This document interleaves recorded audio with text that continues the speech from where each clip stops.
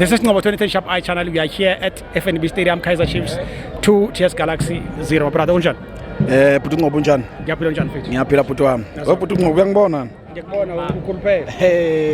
Yeah, my 3 point. Agcwele Agcolisisa ubhuti Ngobo. Yazi bhuti Ngobo okumnandi okwenziwa iChiefs engikuthandayo. Kaizer Chiefs yakwazi kuyibekelela yasazi lesilwana u-22 bhuti Ngobo. Chiefs iyintuthwana. Hlakaniphile. Ayimosha amagoli. Ayilona ivila. Ayimosha amagoli ukuthi mayitholile ngaleso sikhathi besithi ifuna ukubulala.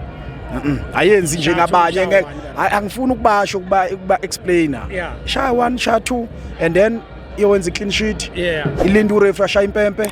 Siqede sithathe 3 point isiphuma. Alright bhuti Ngobo yazi bhuti Ngobo kunakho konke engifisa ukusho.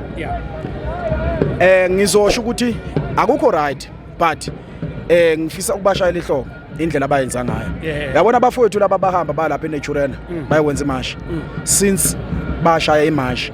Kaizer Chiefs management yayo bonke baqala babona ukuthi ba serious. Yazi abantu masingakhuluma iqiniso ngempela even noma babheka kuma training session abo ba serious. Ade bengayenzi le yanto eserious ngale yandlela. Laba abantu ade bethi mabafika lapha bafike bebe nesikhathi sokulibala ukudlala kuyidekela amabhola. Uyabona noma be train ukuthi ba trainer ukumdlalo kuyadlalwa abekho serious. But manje mangathi uyababheka uzoba uyinika isikhathi ubabheka uyababona ba serious. So ngifisa ukuthi well done bafowethu enaya lapha but akho right angikuqhumezela ukuthi kwenzeke nikwenze because ngoba akho right but kodwa ngiyacabanga ukuthi nenze kahle kodwa after nikho right ning understand ukuthi ngithini kimi nabo yaba confuse bafowethu yazi ngifisa ukubongela lo mfana wakwaNdlovu. Yabona bhuti Ngobo ngifisa ukukhumbuza igame esidlale nabontombi kayise khona la FNB. Uyabona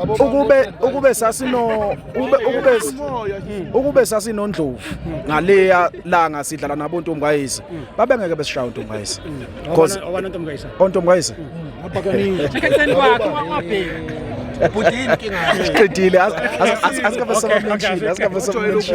asikavesema mention engicabanga ukuthi iKaizer Chiefs lapho yashawa imidfield yayo yayiwiki because wawungakwazi ukuthi wawungaqala ngoNkosi Mphile Ngcobo umqalise first lineup ayizodlala emidfield special uzodlala neOrlando Pirates.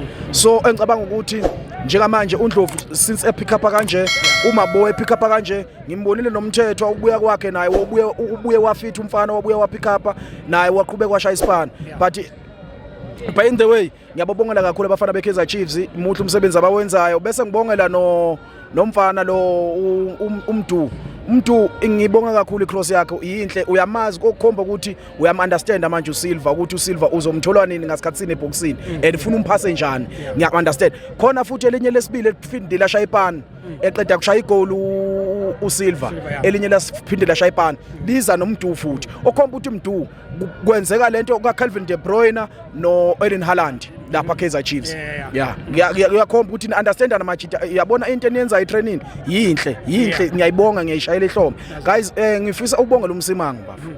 Yabona uMsimango ngiyakujabulela uMsimango mangabe edlala kanje khomba umfana ukuthi uyabuya umfana efieldini indlela adlala ngakhona hayi ngiyamthola manje lapha ade ngamthola khona sengiyamthola i-network yethu ade ilahlekelana manje hayi iyabamba ngiyamuzwa umfana lo Msimango ngifisa ukukutshela ntwana yami inhle ungabe usayidedela ngifisa ukuthi uma ufika kontombi kayise ubuso ushisa uthathe man of the match ngalela la ngifisa ukuthi ke okunye ngifisa ukubatshena yazi kunalo mfana lo ababhizi lokho bempraise kakhulu mina anginawo umona mina Mr Ngcobo anginawo umona ngifisa ukubatshena ontombi kayise sengizohamba nje ukuthi abayeke lento yabo yokuthi bethathe lo mfana umfukeng bese bemthwesa amandla angaka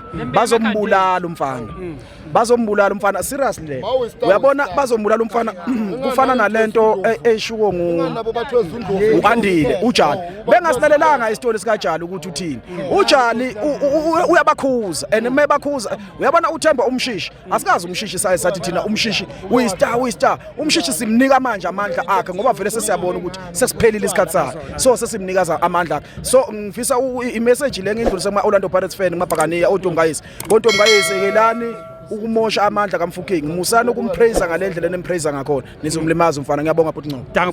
Danke bhuti.